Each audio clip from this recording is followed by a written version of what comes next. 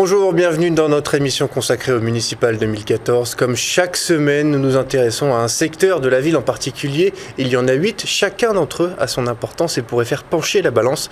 Aujourd'hui, on s'intéresse au 7e secteur qui regroupe les 13e et 14e arrondissements. Ça se situe dans le nord de Marseille. C'est traditionnellement un territoire ancré à gauche. Bonjour Garo Vzépian. Bonjour. Alors vous êtes le maire sortant de ce secteur et tête de liste socialiste donc dans le 7e secteur. En face de vous, Richard Miron, bonjour. Bonjour. Vous êtes adjoint au maire de Marseille, délégué au sport et tête de liste UMP dans ce secteur. Stéphane Ravier, bonjour. Bonjour. Vous êtes tête de liste Front National sur l'ensemble de la ville, mais aussi dans ce secteur plus particulièrement. Et puis Samuel Joshua, bonjour. Bonjour. Vous militiez auparavant pour le NPA et vous êtes désormais tête de liste pour le Front de gauche dans ce 7e secteur. Garo Vzépian, je me tourne vers vous tout d'abord. Un mot sur l'atmosphère, le climat autour de cette élection dans ce secteur. Ça va être plus difficile qu'auparavant ? Écoutez, le climat d'une campagne électorale, c'est un climat qui est classique. Hein. Chacun fait sa campagne avec les idées, les convictions qui sont les siennes. Mais d'habitude, on sait que c'est facile, entre guillemets, pour la gauche de gagner. Là, ça semble plus difficile. Moi, je vous dis que dans une campagne électorale, rien n'est facile. Rien ne se donne, mais tout se gagne. Avec les convictions, nous sommes déterminés, avec nos convictions, plein d'enthousiasme, pour aller, bien sûr, vers le but final et de gagner et de garder ce secteur municipal à gauche. Le garder, ce serait important, effectivement. Si vous le perdez, ça va être compliqué de gagner la mairie de Marseille. Richard Miron, vous avez enregistré un soutien important récemment, celui de Monique Cordier, l'ex-présidente des CEQ. C'est ce genre de détails qui compte selon vous ? Il y a non seulement ce genre de détails, Monique Cordier est avec moi, on est tous les deux têtes de liste, c'est comme ça qu'on aime le présenter. Puis on a aussi Jean-Claude Delage, le vrai patron des flics français, qui est numéro 3. Puis on a un certain nombre de gens qui sont issus des quartiers. Vous pensez que ça va jouer sur cette personnalité ? S'associe avec nous dans une équipe unie autour de Jean-Claude Gaudin. Bien sûr qu'avoir comme ça un certain nombre de gens issus du territoire, c'est important qu'ils viennent. Vous savez, sur 48 sur la liste, c'est important que les gens qui soient du territoire, qui connaissent le territoire, qui sachent de quoi ils parlent et qui expriment aussi à la fois le ras-le-bol d'un certain nombre de choses et puis leur envie de continuer à progresser et surtout d'être du côté de la réussite et du progrès. Stéphane Ravier, si je vous dis que vous ne pensez pas sérieusement gagner la mairie de Marseille, mais que par contre, vous pensez sérieusement remporter ce secteur, qu'est-ce que vous me répondez ? Je vous réponds que vous vous trompez sur un des deux points, parce que moi je me bats pour gagner à la fois cette mairie de secteur et la mairie de Marseille, pourquoi pas. Il est vrai que ce secteur, moi j'y suis depuis une quinzaine d'années, pendant que mon adversaire à ma gauche est là depuis une quinzaine de semaines. Alors c'est vrai qu'il a besoin peut-être de personnalités locales, si tant est qu'elles soient locales, pour connaître un peu ce territoire. Moi je l'arpente depuis de nombreuses années et j'ai su y déceler, dénoncer et proposer tous les maux, tous les problèmes, les gravissimes problèmes qui se sont développés sous la houlette d'une mairie de gauche, mais chapeautée par une mairie centrale dite de droite. Samuel Joshua, quelle va être votre stratégie pour rivaliser face au FN ? Votre ambition, c'est d'être d'ailleurs devant le FN ? Mon ambition, c'est de faire en sorte que tous ceux qui refusent le glissement à droite provoqué par Hollande puissent avoir une parole à cette élection. Deuxièmement, de faire tout notre possible pour que les 19 années de Gaudin qui ont été catastrophiques sur la ville, et je ne fais même pas le bilan sur notre propre secteur, s'arrêtent. Et enfin, de faire en sorte qu'il puisse y avoir une vraie politique de gauche qui sera proposée, qui rompe avec le clientélisme et qui assure un véritable avenir à la fois pour Marseille et pour nos quartiers. Quant au Front National, on y vous rallierez Garo Vzépian pour le second tour, c'est une certiditude. Vous ferez. Écoute, on va d'abord passer le premier tour, mais évidemment, nous ferons en sorte que Gaudin soit battu dans notre secteur et sur l'ensemble de la ville, on peut faire confiance à notre envie de faire en sorte que cette ville change de couleur. Allez, sans plus attendre, on va se pencher sur des questions propres à ce secteur, mais tout d'abord une présentation en chiffres et en images du 13-14. La Rose, Saint-Just, Le Merlan, Sainte-Marthe, le 7e secteur regroupe d'anciens noyaux villageois et de grands ensembles construits dans les années 60. Un territoire où vivent plus de 150 000 personnes avec une cohabitation parfois difficile. Le secteur est avant tout marqué par la précarité. Le chômage touche 19% de la population dans le 13e arrondissement et culmine à 26% dans le 14e arrondissement. Le 14e est d'ailleurs l'un des arrondissements les plus pauvres de Marseille, où un seul foyer sur 3 est imposable. Autre chiffre marquant, environ un tiers de la population est sans diplôme, alors que le 13e arrondissement regroupe des établissements scolaires prestigieux. Enfin, le 7e secteur est le territoire le plus touché par les règlements de compte. En 2012 notamment, sur les 24 règlements de compte qui se sont produits à Marseille, 15 ont eu lieu dans les 13 et 14e. Alors on va y venir à cette question de la sécurité. Mais tout d'abord, Richard Miron, on a l'impression que le 13-14 est divisé, qu'il y a d'un côté un électorat dans les noyaux villageois qui vote plutôt à droite, et de l'autre côté, dans les cités, on vote plutôt à gauche. C'est un peu le constat que vous faites ?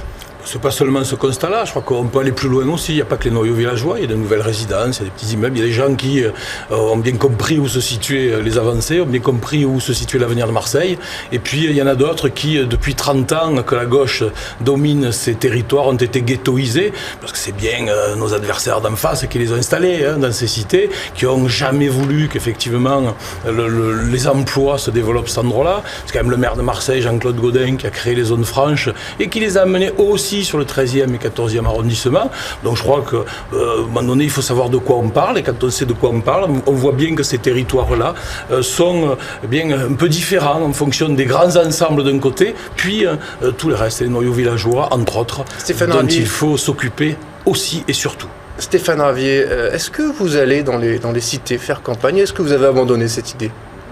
Une petite rectification, quand vous affirmez que dans les cités on vote à gauche et que dans les noyaux villageois on vote à droite. Je suis schématisé, mais on vote beaucoup Front National. Je vous rappelle les résultats que nous avons obtenus. Est-ce que vous allez dans ces quartiers lors des dernières élections législatives ? Oui, je vais de partout. Je vais de partout. Vous êtes bien accueillis ? Dans les noyaux villageois. Écoutez, j'étais il y a quelques jours à la cité Le Clos Laroche. J'ai distribué des tracts moi-même dans les boîtes aux lettres, pendant que mes militants distribuaient les tracts aux automobilistes très tôt le matin à 7h. Nous allons au contact des réalités, nous, depuis de nombreuses années, parce que nous considérons que ce territoire n'est pas une propriété de la gauche, une propriété à vie. C'est ce qu'ont décidé les états-majors. Parce que si la gauche est au pouvoir dans ce territoire, c'est parce que la droite le veut bien.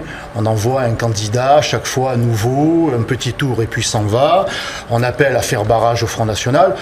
Écoutez, je me souviens qu'en 2002, la candidate, Madame Febo-Cognani, je crois, au soir du premier tour des élections législatives, avait appelé à me faire battre, donc à faire élire celle qui depuis a été condamnée, Sylvie Andrieux. Donc si la gauche est au pouvoir, c'est parce que l'UMP a abandonné ces quartiers à la gauche. Eh bien moi je le conteste, et c'est pour cela que je travaille dans ce secteur depuis de nombreuses années.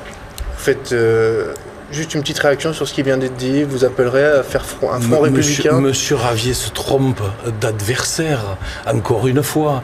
L'adversaire d'un certain nombre de politiques dans ces quartiers, c'est d'une part effectivement la gauche, et d'autre part surtout le problème de la misère et de l'emploi. C'est ça l'adversaire. On y viendra. Garo, Hovsepian, comment réconcilier ces deux populations ? On sent qu'il y a des problèmes de cohabitation quand même dans ce secteur. Écoutez, une étude récente de l'OCDE, une étude qui est apparue fin décembre 2013, peint Marseille comme l'une des villes les plus inégalitaires de France. Avec notamment le quartier le plus pauvre. Et ces inégalités sont même territorialisées par rapport au nord et par rapport au sud. Ça, c'est un vieux constat. Or, vous venez de montrer que le taux de chômage dans ces arrondissements en moyenne, 13-14 réunis, est à peu près de 25%. Marseille, c'est 14%. Voilà. Et d'autre part, on sait aussi que le développement économique, la dynamique du développement économique de ces arrondissements est de 30%. Alors comment expliquer le taux élevé de demandeurs d'emploi? C'est qu'il y a un maillon qui est faible entre l'école, l'apprentissage, la formation professionnelle et l'accès à l'emploi. Ce sont des arrondissements qui, pendant des années et des années, ont été délaissés, ont été abandonnés, ont été oubliés. Par qui, Garo Hovsepian ? L'État, la mairie centrale ? Depuis 19 ans, par Jean-Claude Gaudin, le maire actuel. Les choses se sont accentuées. Cette même étude dit que ces différences ou ces inégalités se sont accentuées et amplifiées au cours de ces années. Donc par conséquent, c'est un constat qui est fait par un organisme qui est reconnu et qui montre que tout ce qu'il fallait faire, ce n'est pas fait. On peut prendre les différents éléments. On va parler de l'habitat. Je vous montrerai dans l'habitat pourquoi il y a d'habitat aussi dégradé. L'insécurité, c'est exactement la même chose. L'insécurité, par exemple, n'est pas qu'une... La réponse à l'insécurité, ce n'est pas qu'une réponse policière, certes. On y viendra, Garo Zépian. Je voudrais juste vous entendre, monsieur Samuel Joshua, sur cette question. Je suppose que vous êtes d'accord sur le constat qui vient d'être fait. Écoutez, il y a une chose qui me surprend considérablement. D'abord, le constat. On a dit 23-24% de chômage dans notre secteur. Est-ce que les téléspectateurs connaissent ce taux de chômage dans les pays sinistrés comme la Grèce et l'Espagne? 27%.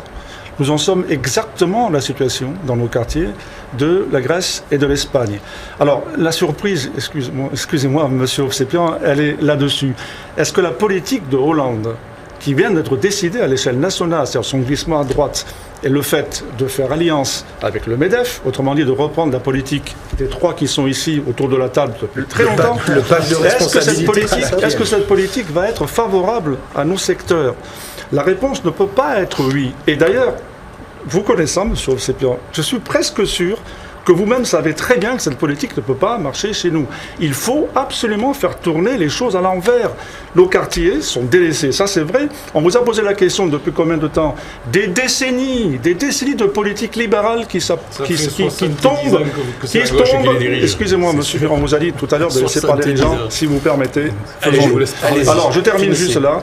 Ce sont des choses qu'il faut prendre. Évidemment, il y a d'autres possibilités aussi de faire en sorte d'aider du point de vue de l'emploi. Nous faisons une proposition extrêmement simple, mais qui est valable pour la mairie de Marseille et qui est la chose suivante, de faire en sorte que tous les contrats publics ou privés passés par la ville impliquent une embauche locale. Alors on nous dit les gens... Vous êtes contre la préférence nationale, mais vous êtes pour la préférence locale. Est-ce que vous permettez, monsieur... On va y venir, monsieur Ravier. Écoutez, on va y venir. J'ai beaucoup de choses à votre rencontre. Laissez-moi terminer ça.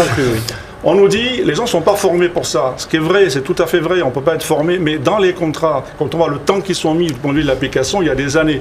On peut donc faire en sorte, à l'échelle de la ville, de donner de l'emploi. Ça ne va pas résoudre tous les problèmes, mais ce sera un bon pas en avant. Alors, Richard Miron, vous, de votre côté, vous dites vouloir favoriser la création et le développement d'entreprises générant des emplois. Concrètement, ça veut dire quoi? Concrètement, par exemple, ça veut dire continuer à développer les zones franches, alors que le gouvernement socialiste est en train de les mettre à bas, à travers un certain nombre de dispositions législatives. C'est quand même le maire de Marseille qui a créé dans les quartiers nord, contrairement à ce qui est dit de manière un peu caricaturale, qui a créé 13 000 emplois avec les zones franches. C'est le même cas d'Euroméditerranée. Et donc, nous, ce qu'on souhaite faire, c'est, avec Monique Cordier, c'est développer sur ces territoires des zones particulières. Par exemple, un technosport. On a tous entendu parler, en tout cas je l'espère, de notre ambition sur la capitale européenne du sport. L'intérêt, c'est aussi d'amener des entreprises, bien évidemment, pour développer de l'activité. Des entreprises de pointe. À Marseille, on en a 3, si vous permettez de les citer. 3, entre autres, 3 qui sont les plus connus, en tout cas, dans le sport. On a Gymnova pour la gymnastique, leader mondial. On a Shark pour les casques, de motos, de scooters et de voitures. Et puis on a Beuchat pour les montres et les combinaisons de plongée. Puis ce qui est intéressant, c'est d'avoir un technosport en développant ce type d'activité pour créer des emplois. Et je voudrais aller un petit peu plus loin. Quand on parle des chômeurs, et des 29% de chômeurs, qu'il y a, des 23% de chômeurs qu'il y a dans le 14e arrondissement, la plupart du temps, les gens qui ont peu de qualifications, des difficultés pour trouver un emploi. C'est tout l'objet. Et M. Menucci, mais le maire de secteur qui est là aurait pu voter favorablement. Par exemple, aux terrasses du port, 2000 emplois de vendeuses et de manutentionnaires, pas des ingénieurs, bac plus 14. Par exemple, l'Hôtel Dieu, là aussi, l'opposition municipale a voté contre, alors que c'est des emplois de cuisiniers et des emplois de femmes de ménage. Et ça profite à la ville de Marseille, aux Marseillaises et aux Marseillais, c'est ça l'intérêt. Est-ce que ça profite à ceux du secteur? On parlait du ça profite à tous les Marseillaises et toutes les Marseillais, et ceux du secteur aussi, puisque je vous rappelle que dans le cadre de la loi concernant les zones franches, que le gouvernement socialiste veut mettre à mal, je vous rappelle qu'un quart des emplois doit être réservé aux gens qui habitent le territoire. Donc on est arrivé un peu plus, puisqu'aujourd'hui c'est 20%.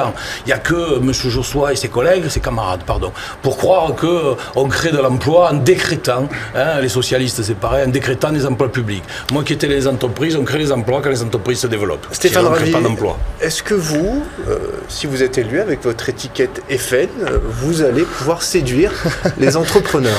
Je sens une pointe d'ironie dans votre... ou de ça crainte. peut faire, admettez ou de crainte. Non, je crois qu'il ne faut pas non plus faire et dire n'importe quoi. Je crois que le maire de Marseille, le maire de n'importe quelle autre commune, ce n'est pas un législateur, il ne peut pas changer la loi.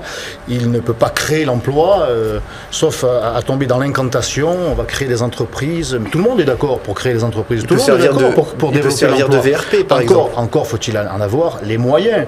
Le seul moyen dont dispose le maire de Marseille, ou que soit la commune, c'est des moyens de favoriser l'implantation de ceux qui veulent venir ici, c'est de mettre à la disposition du foncier, c'est de faire en sorte qu'il n'y ait pas de raquette fiscale, comme c'est malheureusement encore trop le cas aujourd'hui, c'est de faire en sorte qu'il y ait une sécurité. Les entrepreneurs ou les personnes qui voudraient s'installer à Marseille ne viendront pas tant qu'il y a cette réalité de l'insécurité qui a viré à la barbarie. Et puis il faut développer, moi je serais favorable à ce que nous développions notre activité vers la mer. Voilà une source d'emploi qui n'a jamais été ou qui a été abandonnée depuis de très nombreuses années. Nous avons un outil extraordinaire, en tout cas il devrait l'être, c'est le port.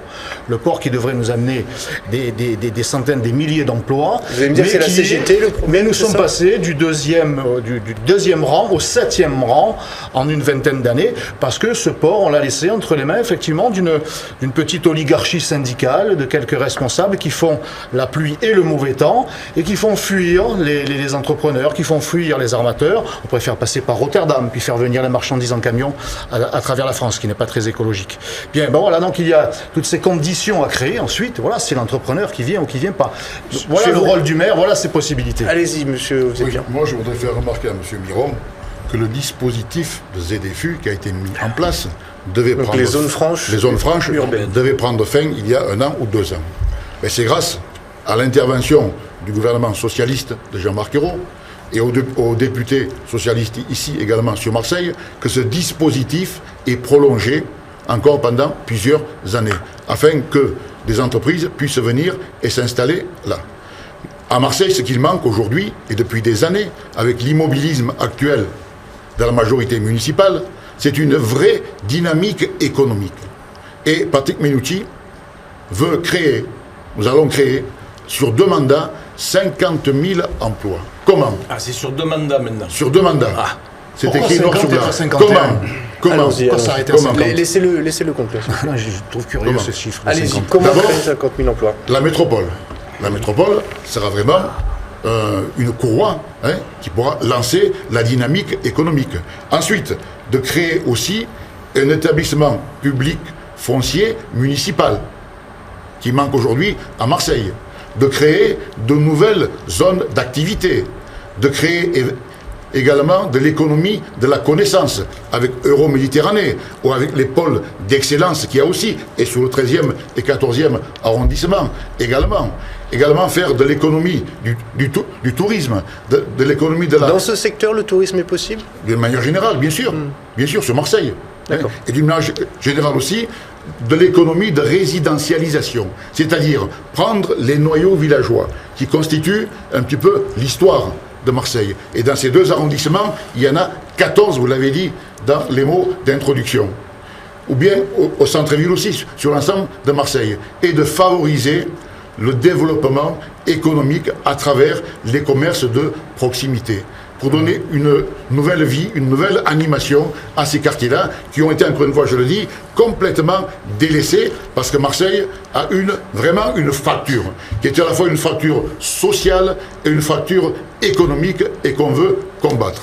Alors Samuel Joshua, on l'a vu, il y a 30%, un tiers quasiment des habitants, un tiers seulement, j'ai envie de dire, qui sont diplômés. Ça veut dire que 2 tiers n'ont aucun diplôme.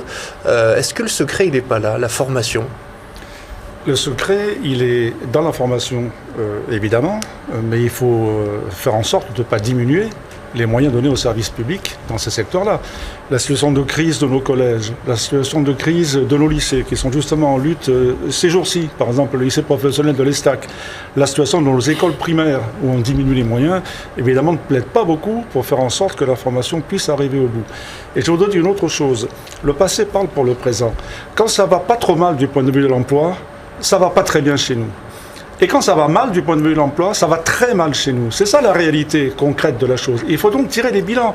Et en particulier, Monsieur Ravier, des villes que le Front National a pu diriger. Oui, tirons le bilan de ce que vous avez fait. Vous avez parlé sécurité. Je vais en dire quelques mots, si vous permettez, sur cette question-là. On peut aborder la sécurité un peu plus tard, si vous alors, plaît. si vous permettez, on l'aborde plus tard, c'est parfait. Mais discutons de savoir, il y a des villes qui ont été tenues par le Front National. Nombreuses. Comment ça a fini? Et du point de vue de l'emploi, ça s'est développé ou ça n'a pas été le cas? Donc, cette question-là, il faut la voir du passé qui parle pour le présent. La situation de rupture que nous avons dans la ville, qui n'est pas seulement nord-sud, parce qu'il y a des quartiers défavorisés aussi dans le sud. C'est une coupure générale dans cette ville. Cette ville, je vais vous donner une statistique que vous n'avez peut-être pas. On dit qu'elle est pauvre, c'est vrai. Elle est moins pauvre en moyenne que Montpellier.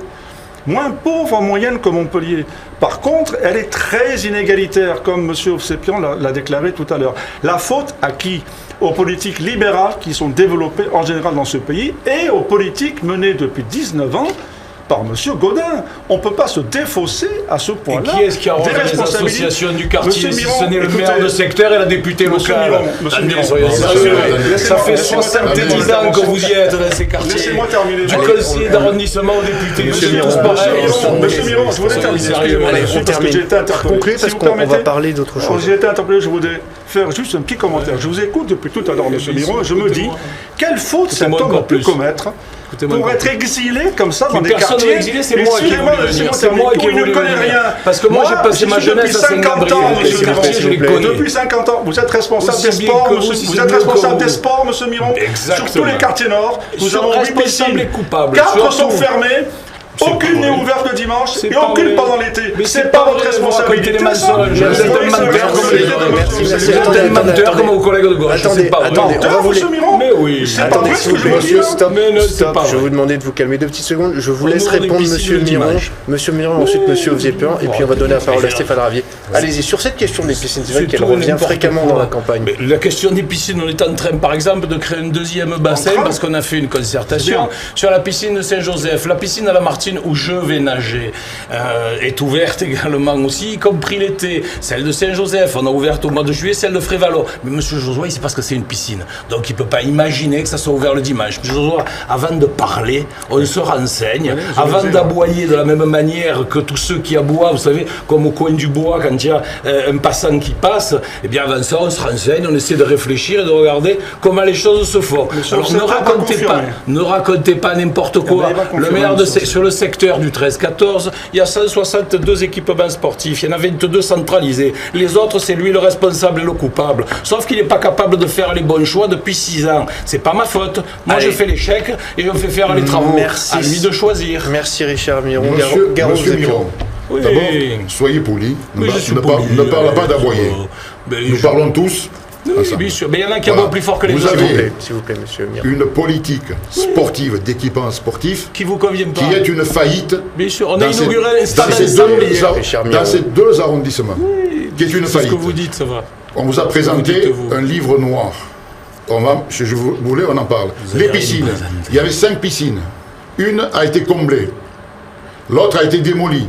Sans nous dire ce qu'on va faire. Ensuite, la piscine des Micocouliers, constamment en travaux. La piscine de Frévalon, qui n'est pas Saint-Joseph. Des mensonges. Les Micocouliers, c'est Saint-Joseph. Que des mensonges. Mais Frévalon, la moitié du temps, fermé. La piscine de la Busserine, uniquement ouverte aux associations ou aux écoliers. Alors, lorsqu'on a 155 000 habitants dans un secteur municipal, où la jeunesse représente à peu près 30%. La moyenne sur Marseille, c'est 20%. Sur ces arrondissements, 30%. Donc on a beaucoup besoin d'équipements sportifs. Il n'y en a pas assez selon vous. Attendez, et dans quel état? C'est là où il y en a le plus. Prenez Valplan. un gymnase démoli. À côté, on a une école qui va être même chose. Il y a un gymnase à 200 mètres avec un passage piéton et une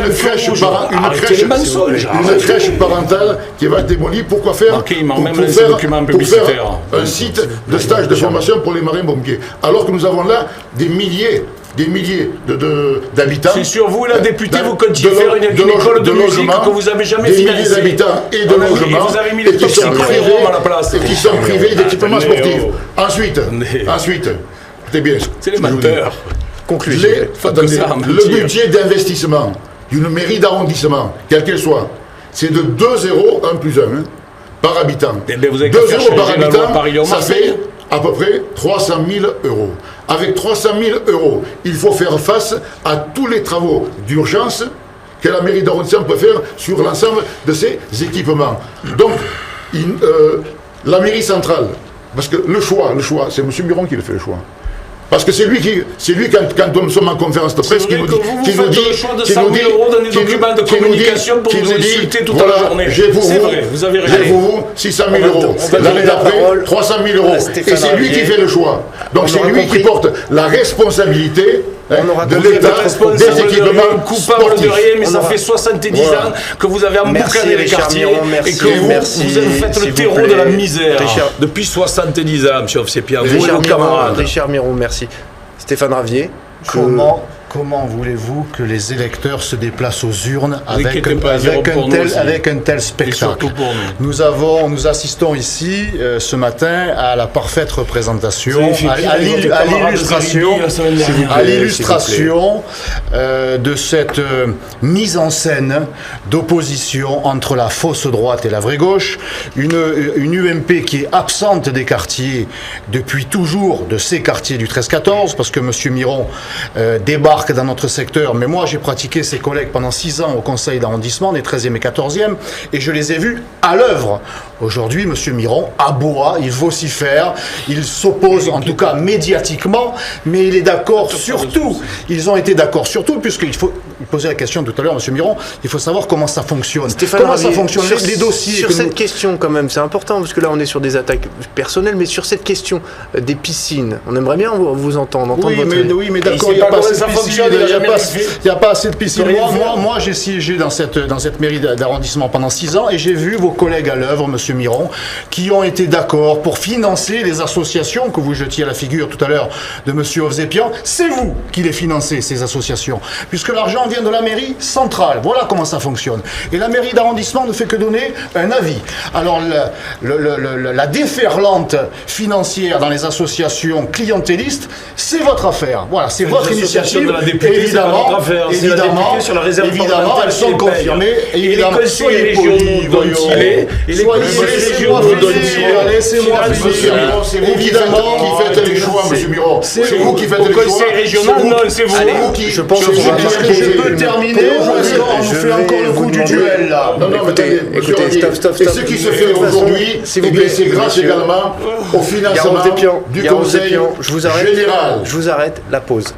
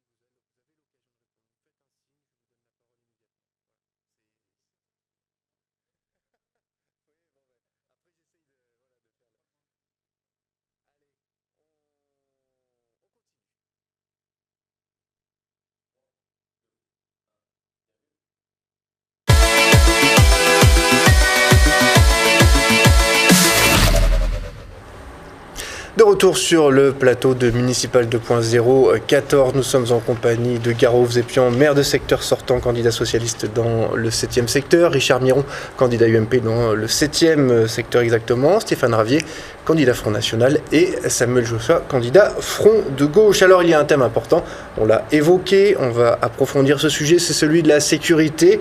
Nous sommes allés demander aux habitants de ce secteur s'ils se sentaient en sécurité au quotidien. Écoutez. Il y a la mosquée, il y a la pharmacie, il y a la boulangerie, franchement on a tout.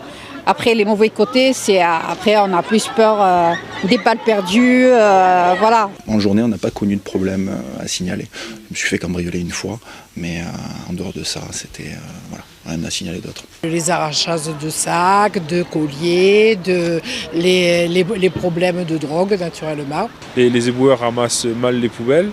Donc du coup, le quartier donne l'impression d'être sale alors qu'il n'est pas sale. Au contraire, il demande qu'à se développer. Alors cette question de la sécurité, c'est un peu votre cheval de bataille, Stéphane Ravier. Vous avez diverses propositions, celle d'augmenter les effectifs de police municipale, mais là-dessus tout le monde est à peu près d'accord. Mais vous voulez même aller plus loin puisque vous voulez supprimer les allocations municipales aux délinquants. Je n'ai pas exactement dit ça. Je commencerai par vous dire, quand même, par vous rappeler, pour moi, ce n'est pas un cheval de bataille, c'est une préoccupation. Ça fait des années, moi, que je dénonce dans ce secteur et ailleurs la montée de l'insécurité qui vire à la barbarie. En 2008, j'étais déjà candidat et on m'a rionné, notamment Jean-Claude Gaudin. L'insécurité, ça n'existait pas. C'était un fantasme du Front National qui voulait monter les Marseillais les uns contre les autres. Ça n'existait tellement pas que Jean-Claude Gaudin a été tout à fait d'accord pour réduire le nombre de policiers nationaux, plus de 400 sous le règne de Nicolas Sarkozy, accompagnant même Claude Néant, dit Claude Guéant, 2 mois avant l'élection présidentielle, lorsque celui-ci osait dire qu'à Marseille, la sécurité s'améliorait. Il fallait quand même avoir les reins solides pour dire ça. Bon, donc moi, cette insécurité, je la vis, je la ressens dans les quartiers, pour y être depuis longtemps, contrairement à d'autres qui parlent fort pour masquer un vide sidéral. Et j'ai proposé effectivement un train de 22 mesures pour s'attaquer à cette priorité. Parce que sans sécurité, eh bien, rien n'est possible. Les entreprises ne s'installent pas, les Marseillais ne regagnent pas le centre-ville, ils ne consomment pas. C'est donc la condition première pour un développement de Marseille. S'attaquer effectivement aux délinquants, mais je n'ai pas proposé de supprimer les subventions aux délinquants. Je l'ai lu dans un communiqué que vous avez fait sur cette histoire de chats jetés contre les murs. Il me semblait que vous aviez parlé de ça. J'ai proposé de supprimer les subventions aux clubs qui étaient connus pour être violents. Voilà, ça, je l'ai proposé officiellement. Mais voilà, moi je suis pour que l'on s'attaque à cette insécurité, à cette violence, à cette barbarie, à ces délinquants à capuche, mais aussi, et je dirais même d'abord, c'était ma dernière proposition, mais je crois que finalement, ça devrait être la première, la priorité, je crois que les délinquants à cocarde doivent être les premiers sanctionnés. Parce qu'il est là une question de morale. Il faut donner l'exemple quand on est responsable politique. On ne peut pas être mis en examen à 3 reprises comme l'est le président du Conseil général socialiste. Voilà. Et continuer à être élu, continuer à voter la loi. On ne peut pas être député socialiste comme Sylvie Andrieux. Et nous avons aujourd'hui son suppléant. Nous avons Madame Andrieux, je sais, monsieur Vzépian, ça vous gêne. Ça vous gêne. Ça vous gêne. Non, ça me gêne pas du tout. Expliquer mon propos jusqu'au bout. Je n'ai pas terminé, je vais vous répondre pour quelques mots. Je sais que vous êtes gêné parce que vous avez déclaré que vous êtes gêné. Vous êtes son suppléant, son ami, son soutien. Vous êtes son bras armé, je dirais, depuis 18 ans. Stéphane Ravier, je rejoins Garo Vzépian sur la sécurité précisément. Tant que nous avons une députée qui est condamnée et qui continue à faire la loi. C'est elle qui crée le climat d'insécurité. Vous ne pouvez pas demander aux jeunes des cités, ou pas de cités d'ailleurs, aux jeunes délinquants, de faire mieux qu'elle. Ce n'est pas possible, ce n'est pas crédible. Donc il faut qu'il y ait... Je ne peux pas vous laisser dire ça. Je vais vous laisser répondre. Non, vous mélangez tout. Laissez-moi terminer. Parlez sur la sécurité ou l'insécurité. Laissez-moi terminer. Je vais vous laisser répondre. On reconnaît bien là. Vous êtes toujours la liberté d'expression selon la gauche. Vous êtes toujours dans dans les gadgets. S'il vous plaît. Vous êtes toujours dans parce les... que comme les 22 propositions. condamné vers les flics. à un an de prison ferme, c'est un gadget quand on est député. Parlez Il faut savoir donner Allez, l'exemple à cette jeunesse, concluez, monsieur. Stéphane Ravier, sur la sécurité. Et l'exemple qui est donné par les politiques, notamment de gauche, en attendant, parce que je crois que la présidente de la Chambre régionale des comptes, avant de partir, a demandé au parquet de s'intéresser à quelques dossiers municipaux qui sont en train de couver. Vous voulez vraiment axer l'insécurité sur ce thème-là? Actuellement, il faut donner l'exemple. Et quand on a une on aura Sylvie compris. Andrieux et un Jean-Noël Guérini aux commandes, on ne peut pas donner l'exemple. Alors ensuite, il faut effectivement qu'il y ait une police municipale armée, déployée sur l'ensemble de la ville, et y compris dans notre secteur, qui sécurise et qui cesse de verbaliser l'automobiliste qui n'est pas un délinquant. Et ça, ni Jean-Claude Gaudin, ni Patrick Menucci n'ont voulu l'entendre, et aujourd'hui, il se raccroche à quelques branches médiatiques. Samuel Joshua, après je vous laisse répondre. Les délinquants, on va y venir, les délinquants du Front National en particulier. Mais je voudrais d'abord aborder ce problème avec des choses qu'on ne dit pas mais qu'on pense. Il y a beaucoup de racistes qui considèrent que la question, elle vient de l'origine nationale des gens. Madame Samia, Elle vient, si vous permettez, monsieur Ravier, je vous ai coupé. Non, très bien. Alors laissez-moi terminer parce que c'est pas fini. Je vous garantis que vous allez avoir l'occasion de réagir. De l'origine nationale, de la couleur de la peau ou de la religion. C'est exactement ce que pense M. Ravier. Voilà la question. Voilà la question de fond. Vous diffamez, monsieur Joshua. Répétez-le encore une fois. Moi, je vous dis la chose suivante. Vous allez finir devant un tribunal et vous serez condamné. La chose suivante. On a l'expérience des mairies du Front National. Ils ont dirigé Vitrolles. Quel est le bilan du point de vue de la sécurité? 6 ans après, double du point de vue de l'insécurité. Et les dirigeants du Front National ont terminé devant les juges. Alors ne venez pas chercher. Nous n'avons rien à nous reprocher. Mais les partis qui sont comme les vôtres ont à se reprocher beaucoup de choses. Et maintenant, je viens sur les questions positives. Allez, allons-y. Alors, parce qu'évidemment, les choses sont absolument intolérables. On ne peut pas tolérer qu'une partie de notre jeunesse se fasse dézinguer à coups d'armes de guerre. On ne peut pas tolérer de faire en sorte que les cités, on ne peut pas tolérer de faire en sorte que certaines cités soient sous la coupe d'un certain nombre de trafiquants. On ne peut pas tolérer que les femmes sortent et se fassent tirer leur collier. La question n'est pas ce constat, tout le monde fait ce constat. Ce sont les solutions. Et ce que nous proposons, nous, comme solution, c'est de faire en sorte d'investir dans l'humain, de faire en sorte de faire la chose suivante. Imaginez-vous une dame, une mère de famille qui voit son enfant en train de descendre du mauvais côté. À qui elle peut s'adresser? À personne. Imaginez-vous l'état de nos commissariats, l'état de la police nationale. Alors ça a été abordé, mais moi, ce que nous voulons, nous, c'est un renforcement de cette police, mais qu'il soit une police de proximité, comme c'était avant, qui soit avec les gens et qui soit respectueux des principes républicains. Nous voulons construire une maison du citoyen et des droits des citoyens dans chaque arrondissement, ou déjà dans le secteur où les personnes qui sont touchées par les questions de délinquance, où ils puissent s'adresser et qu'on puisse les aider psychologiquement, qu'on puisse les aider matériellement quand ils ont perdu leur papier, qu'en disant toutes ces questions-là. Nous voulons renforcer l'humain d'abord. C'est le sigle laisse-moi terminer juste ça, parce que c'est une question qu'on nous reproche souvent, de ne pas avoir de propositions là-dessus. Nous voulons renforcer ces choses-là.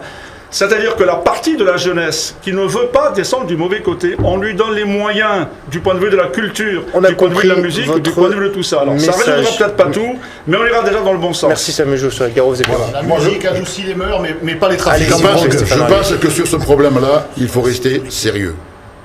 C'est un problème extrêmement grave, majeur, et les Marseillais plébiscitent l'ordre, la discipline et l'autorité. Alors, c'est vrai que les règlements de compte à Marseille ne datent pas d'hier. Le pic, c'était en 1986, où il y a eu 46 règlements de compte. 2013, il y en a eu 17. C'est 17 de trop. Aujourd'hui, ce qui dérange les Marseillais et les Marseillaises et les habitants de nos quartiers, c'est la petite et moyenne délinquance. Je fais remarquer que les effectifs ont constamment diminué sous la présidence de Nicolas Sarkozy. Ce n'est qu'en septembre 2012 et depuis que les forces de police ont doublé la police nationale. Bon, la police municipale est ce qu'elle est, c'est-à-dire très faible, presque invisible, dans nos quartiers, en tout cas, presque invisible. Et aujourd'hui, donc, il est impératif aujourd'hui, bien sûr, d'avoir davantage encore plus de moyens, mais avoir également de moyens matériels et de moyens humains. La sectoriser, la police nationale, la je municipale. vais vous dire, mais la réponse n'est pas que policière. La réponse est aussi une réponse sociale. Je disais tout à l'heure que ces quartiers avaient été oubliés, délaissés et abandonnés. Vous voyez, la sécurité ne peut pas être bâtie sur l'insécurité sociale. Et l'insécurité sociale, c'est l'habitat. C'est l'habitat, c'est l'école, c'est l'éducation, c'est l'environnement. Ce sont les équipements sportifs, structurants, etc., etc.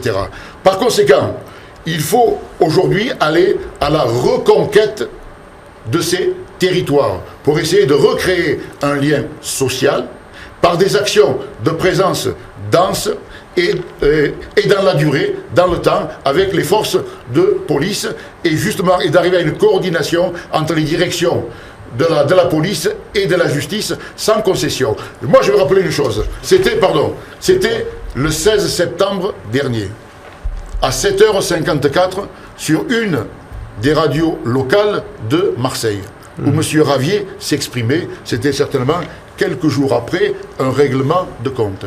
Et il a dit que ces règlements de compte, pour lui, c'était son fonds de commerce politique et qu'il spéculait. Oui, jamais de la vie. Oui, jamais de la vie. Vous avez dit ça.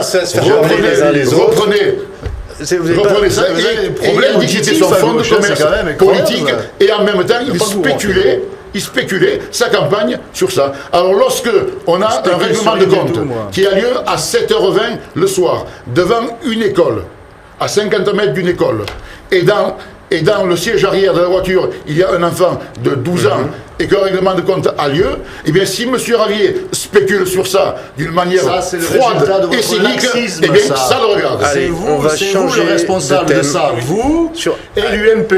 Votre laxisme et votre angélisme légendaire. Tant qu'on aura une Madame Taubira, ministre de l'Injustice, on ne pourra pas s'en sortir. Merci. Samuel Joshua. Elle a été réélue, Madame Maigret, vous en souvenez pas. Je vais essayer laissez-moi donner la parole. Ça sera plus simple comme ça. Elle était plus Front National, monsieur Joshua. Richard Miron, la parole est à Richard Miron. Allez-y. Juste préciser quelques propositions, parce que c'est intéressant de parler de sécurité et d'insécurité, mais encore faut-il que nos concitoyens soient pris en charge. Nous, avec Monique Cordier, qu'est-ce qu'on propose avec le maire Jean-Claude Gaudin? Nous, ce qu'on souhaite, c'est continuer à développer les caméras, parce qu'à prouver l'efficacité, donc plus de 1000, on vient de les installer au Merlan, à Saint-Jérôme, on va continuer Sainte-Marthe. Ce qu'on souhaite aussi, c'est remettre le maire de secteur au cœur du dispositif de la sécurité. Et juste un exemple, avec, en ce qui me concerne, le jour où donc j'aurai gagné les élections et que je serai maire de ce secteur, il n'y aura plus d'adjoint aux communautés, il y aura un adjoint à la sécurité. Ça, c'est une vraie différence. Et puis, je crois qu'on a aussi le soin de... Et là, on est d'accord avec M. Ravier, il y a une vraie différence par contre entre nous deux, c'est qu'on souhaite développer, j'ai vu ça dans son programme, comme nous, il souhaite développer le concept de voisin vigilant. La seule différence, c'est que la présidente de cette structure, elle est sur ma liste et elle n'est pas sur la sienne. On va essayer de passer à un autre thème. C'est donc discrédité. C'est vous qui vous êtes discrédité. C'est vous qui vous êtes discrédité. En essayant de capter quelque chose à vous niez ce problème depuis des années, monsieur Miron. Ça fait 20 ans que vous y êtes sur ce secteur, vous n'avez pas été capable de le faire avancer, ni d'être élu. Vous avez permis la réélection, Madame Andrieux. Vous avez préféré Madame Andrieux. Mais je suis là justement pour qu'il y ait des différences. Ne vous inquiétez pas, ça arrive. Aujourd'hui, nous proposons autour de Patrick Mennucci, de doubler l'effectif de la police municipale, de créer dans chaque arrondissement une antenne de la police municipale, permettre à la police municipale de faire sa mission jusqu'à 22h, 23h, même s'il faut être armé avec une formation, cette police doit être armée. Très bien. Et c'est extrêmement important. Et également, j'ajoute la vidéosurveillance. J'ai fini par me convertir. Il y aura de la vidéosurveillance. On aura compris. Finalement, vos positions sont assez proches à tous les deux sur ces questions de vidéo. Allez-y. Il y aura deuxième semestre 2014. Sur les 13e et 14e arrondissements, 142 caméras de vidéosurveillance. Le choix a été fait avec le préfet de police, avec l'adjoint à la sécurité de la ville de Marseille et avec le maire de secteur. Avec le maire de Marseille. Avec le maire de Marseille et avec le maire de secteur que je suis. D'accord. Voilà. Allez. Donc, Et pour une fois, vous avez donné un avis positif à quelque chose. On est ravis de l'entendre. Sous la pression populaire, on va changer de thème, puisque tous les deux, la question de l'économie, elle est aussi liée à celle des transports. La force est de constater que certains quartiers des 13e, mais surtout des 14e arrondissements sont mal desservis. On écoute à nouveau l'avis des Marseillais. Alors au niveau des transports, j'avoue que c'est assez long le matin, on a pour une bonne demi-heure. Les retards, les bus qui ne passent pas, les bus qui doivent rentrer au dépôt, qui ne prennent pas les passagers sur le trajet parce qu'ils sont trop pressés. Je ne peux pas vous dire que dans le 14e ou autre, ça non, dans le 13e, non, c'est bien desservi. À chaque fois j'arrive en retard et pendant les vacances les bus ils mettent 100 ans, ils mettent trop de temps et voilà, et ça fait que je vais à pied. Samuel Joshua, il y a un vrai problème, un vrai chantier. Il y a beaucoup d'étudiants dans le 13e arrondissement notamment, des difficultés à circuler en transport en commun. Alors il y a un problème sur la ville et puis il y a un problème chez nous. Il y a un problème sur la ville est absolument saturée, donc ça pose un problème écologique, ça pose un problème de transport. Il faut absolument en finir avec ça. La seule possibilité que nous proposons, avec le temps qu'il faut, c'est de faire en sorte que les camions soient interdits de traverser Marseille, ceux qui ne desservent pas directement Marseille, qu'on finisse rapidement la L2 et que partout, à l'extérieur de Marseille, il y ait des structures multimodales avec des parkings qui soient gardés et qui fassent en sorte que ces camions-là ne traversent pas. Ça, c'est une solution générale. Et puis, il y a la situation dans nos quartiers. Alors, peut-être qu'une personne qui n'est pas mécontente de la situation, enfin, moi, je ne connais que des gens qui sont mécontents. Et comment ça pourrait être autrement ? Tous les investissements qui ont été faits ont évité notre zone, quasiment l'essentiel. Le métro s'arrête à Bougainville d'un côté, à La Rose de l'autre. Il ne traverse donc pas l'ensemble des quartiers. Il est impossible de rejoindre l'hôpital Nord. De l'endroit où moi j'habite, à Saint-Joseph, il faut 2 voire 3 bus pour aller à l'hôpital Nord. Mais il va se prolonger. Je voulais juste dire, donc ça, il faut. Alors, j'ai entendu que les choses allaient s'améliorer.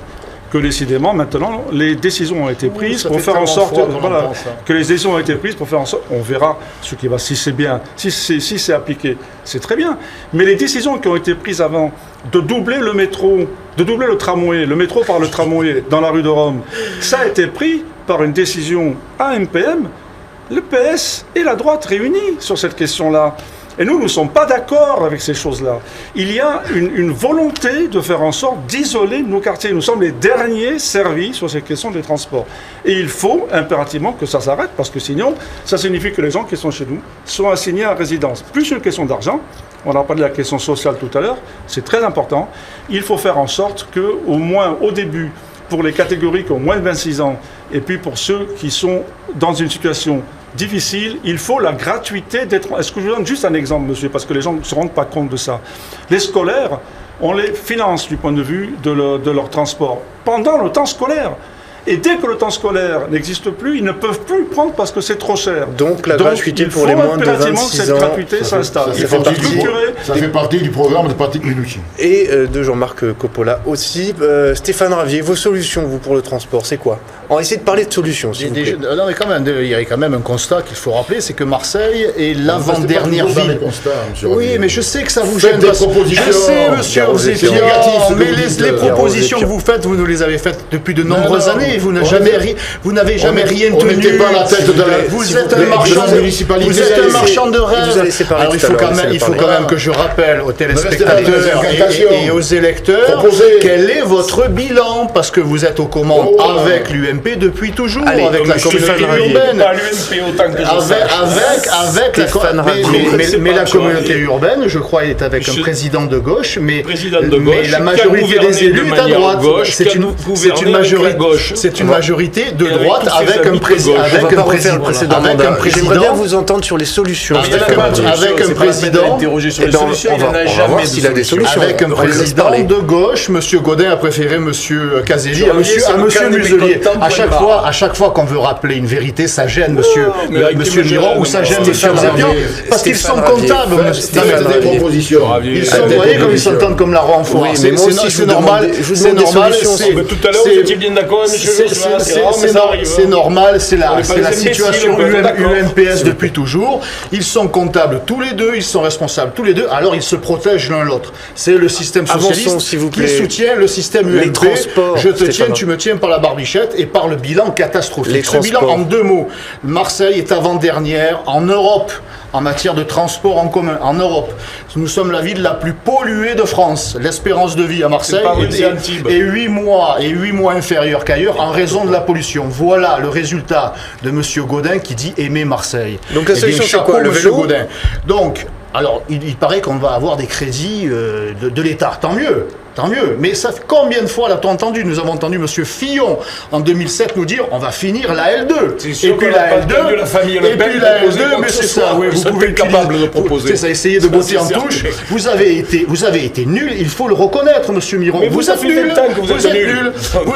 Vous avez un bilan calamiteux. Alors vous essayez de faire croire aux Marseillaises et aux Marseillais que ça y est cette fois. Nous avons la solution. Stéphane Ravier, une question simple. Laissez-moi poser la question. Vous ne les avez pas eu pendant 20 ans, vous ne les aurez pas dans les 20 prochains mois. Donc ça c'est clair, vous avez surendetté Stéphane Ravier, vous n'avez aucun moyen. Stéphane Ravier, une question simple. Vous êtes pour le prolongement du métro et le tramway ? Évidemment, vous demandez si je suis pour qu'il fasse beau au mois d'août. Évidemment que je suis pour le prolongement du métro. On nous l'avait promis, ça n'est jamais venu. Ça n'est jamais venu, il faudrait peut-être aller jusqu'à Château-Gombert. Vous connaissez un peu Château-Gombert ? Je sais que c'est pas votre terre électorale, en tout cas ça ne l'est plus. Ça vous gêne un peu, c'est peut-être pour ça que vous voulez pas le faire construire une ligne de métro jusqu'à Château-Gombert. Mais bien sûr que je veux qu'il y ait, bien sûr que je suis favorable à ce qu'il y ait le métro. Moi je le prends régulièrement. Je prends pas le bus, je vous l'avoue, mais je prends le métro. C'est très agréable, il est plutôt assez confortable, mais il ne va pas assez loin. La deuxième ville de France, et ça c'est le bilan de ces deux messieurs qui font semblant de s'opposer. Alors, ce qu'il faut savoir, c'est avec quel argent ? Quand on a 1,8 milliard d'euros de dettes à la ville et plus d'1 milliard à la communauté urbaine, il est difficile de faire croire aux Marseillais, à moins d'être dans la démagogie, que l'on va avoir des métros partout. Ce n'est pas vrai. Alors peut-être que le gouvernement, qui s'est une fois de plus engagé à débloquer des crédits, nous permettra d'avoir ces métros. En attendant, des bus en site propre. Vous allez le maximum que l'on puisse faire pour les Marseillais et les Marseillais. Sur les transports, Richard Miron. Les transports, c'est un vrai souci, notamment dans le 13-14, avec une nécessité. Mais il faut reconnaître les choses. Que vous avez été mauvais. Il faut reconnaître les choses. Mais vous êtes mauvais depuis 20 ans. On peut performer. Nous, ce qui nous intéresse, c'est de performer. Que Marseille aille en avant, c'est ce qui nous intéresse. C'est pas de nous inscrire juste dans un vote de désespoir, dans un vote de contestation inutile et qui sert à rien. Voilà. Donc partant de là, au niveau des transports en commun, moi j'aurais souhaité qu'on puisse développer le métro jusqu'à Château-Gombert. C'est pas possible aujourd'hui puisqu'il y a un bus au niveau de service qui a été fait, c'est un vrai chantier incroyable. Et aujourd'hui, le maire de secteur, sur ses documents publicitaires, promet encore un mensonge, c'est d'amener le métro jusqu'à Château-Gombert, ce qui ne sera pas possible malheureusement. Ce qu'il faut aussi, c'est qu'on puisse relier l'ensemble des noyaux villageois et des quartiers, à la fois aux zones d'entreprise, aux zones commerciales, aux zones où il y a des enfants scolarisés, et c'est également aussi donc les relier vers le métro La Rose pour qu'il y ait l'ensemble des transferts vers le centre-ville et vers d'autres pôles d'attractivité de la ville de Marseille. Voilà ce qu'il faut dans le cadre des transports publics. Richard Miron, merci de l'avoir laissé parler. Et c'est à vous, Garot Zépian, sur cette question des transports. Sur la question des transports. Dans ces deux arrondissements, bien sûr, on manque de transports transversaux. Pour aller, par exemple, des Olives, pour aller jusqu'au Canet, il faut changer 2 ou 3 fois de bus pour y arriver. Bon, ça, c'est un constat. Ensuite, M. Miron, c'est vrai que vous êtes là depuis quelques mois aussi, et que vous ne connaissez pas... Ça me fait plaisir que je sois là que depuis quelques mois. Ça fait quelques années, ça fait un moment que vous soyez parti. Que vous ne connaissez pas les dossiers. Ça va venir, en 1998, dans le PDU de la ville de Marseille, il était inscrit, noir sur blanc, la prolongation du métro de Château-Gombert à La Rose.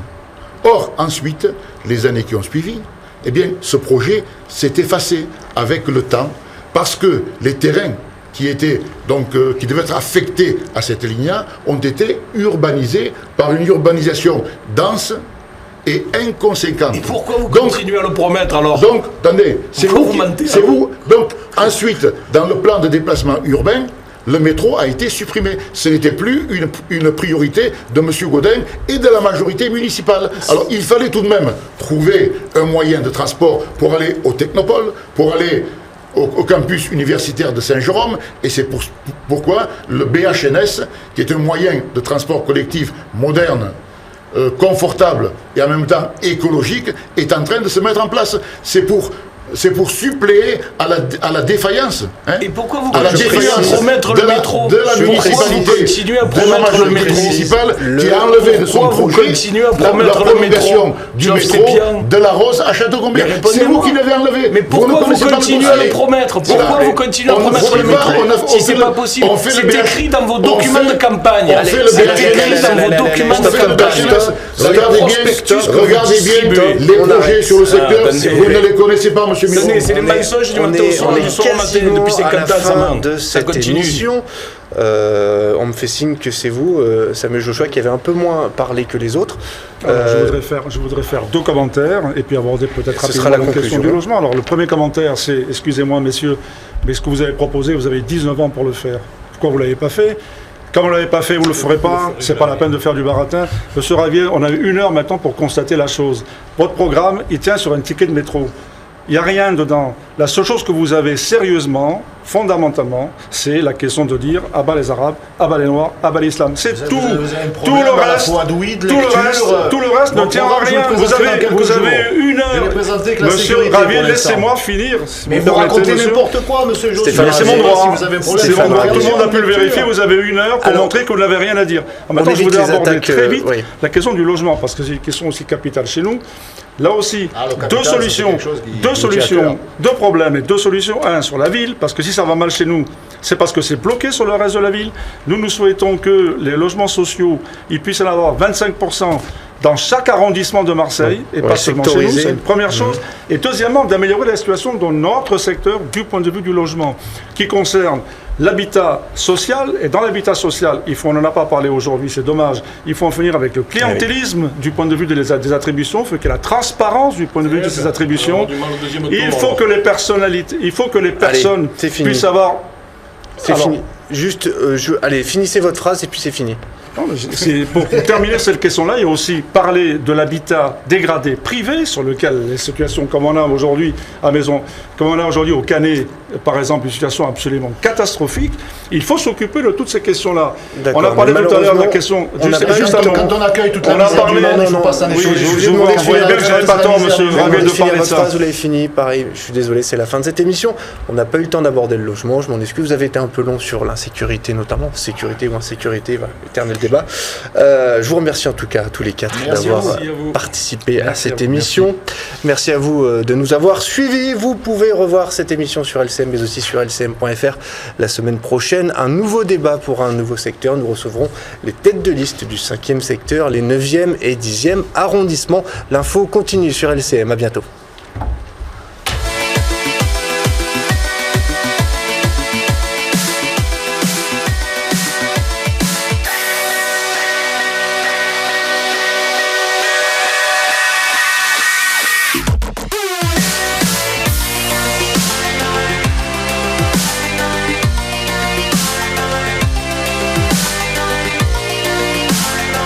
Pour revoir ce programme, lcm.fr.